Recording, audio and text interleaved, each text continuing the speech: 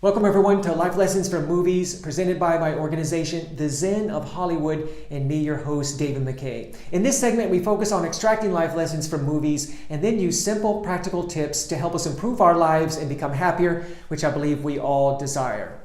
Okay, today's theme is You Are Never Alone, and we'll explore this all-important theme through the good film Adrift, starring Shailene Woodley and Sam Claflin.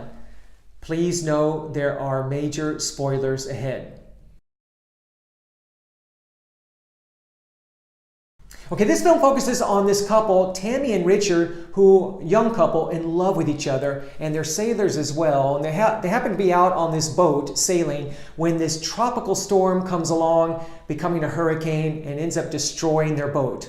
Well, right afterwards, Tammy is in survival mode. She's totally confused and distraught. She's looking desperately for Richard, and she can't find him, but at the last minute, well, eventually she does. And he's clinging to this life raft out on the edge in the far distance. She ends up reeling him in, and the rest of the film is their time together on this boat surviving.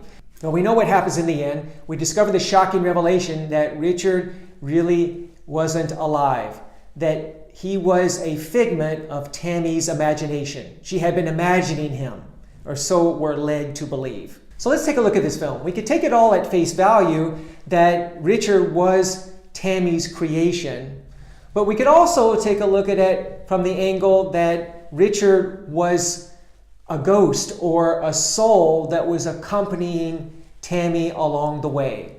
Now, before you dismiss this, let's talk about it. There was once this elderly group of widows and widowers who were interviewed. And they found out that this group, about half of them, had been visited by their deceased husband or wife, right? Either in the form of an auditory message or even a physical vision. Now, we can continue to talk about many other cases, about, for example, how people have seen souls rising from the bodies of dead people. But what I want to talk about here is the reality of what's called the one mind. Now, we all know about our individual minds, of course, but we quite often don't realize or forget that all of our minds are connected to the one mind, and that everything that happens on the material plane is basically a projection of the one mind, that is, of our collective energies, both positive and negative. Thus, the term collective consciousness. So there's only one mind, and that would explain why the widows and widowers were visited by their deceased beloved, because their souls were connected to theirs, just as our beloveds are connected to ours, right? And so the one mind also explains how people can feel when something happens to their relatives. For example, maybe one of the relatives has a heart attack and they don't know about it, but they feel the pain in their chest. This has happened. The one mind also explains distant healing, how somebody can send healing and prayers to somebody, and without them even knowing about it, and they begin to recover. Psychic energies are also explained by the one mind, how a person can know what might happen to an individual because what they're really reading is not their mind, but the one mind. So the one mind points to one inescapable conclusion, and that is we are never alone. Never, either to the souls of our beloved or to the universe itself, God, Spirit, whatever you want to call our higher power. We are never alone.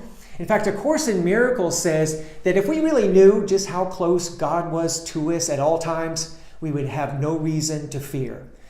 Just think about that for a second. If we really knew just how close the universe is to us at all times, we would have absolutely no reason to fear.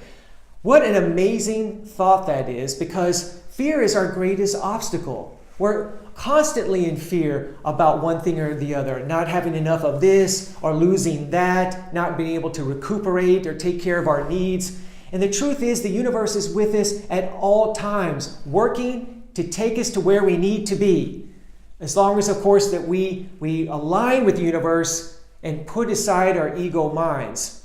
So my tip of the day is to do this, to discover that we are never alone by connecting to our divine essence, right? We can do that in many different ways, and I've talked about this in previous videos, either through meditation, right? Putting aside the ego mind, right? Spending time in nature, Spending time with the people in our lives by looking past their physical facades to the spirit underneath. As we do these things, our divine essence comes to the fore. We begin to really feel its presence, and we begin to know, not as an abstract philosophical concept, but as a reality that we are never alone. Okay, so what do you think about this tip and life lessons, this movie? Feel free to leave comments below. And for more movies, tips, and life lessons, please go to my website, thezenofhollywood.com. That's thezenofhollywood.com. Feel free to like this video and subscribe to my channel. Thanks for watching. See you next time.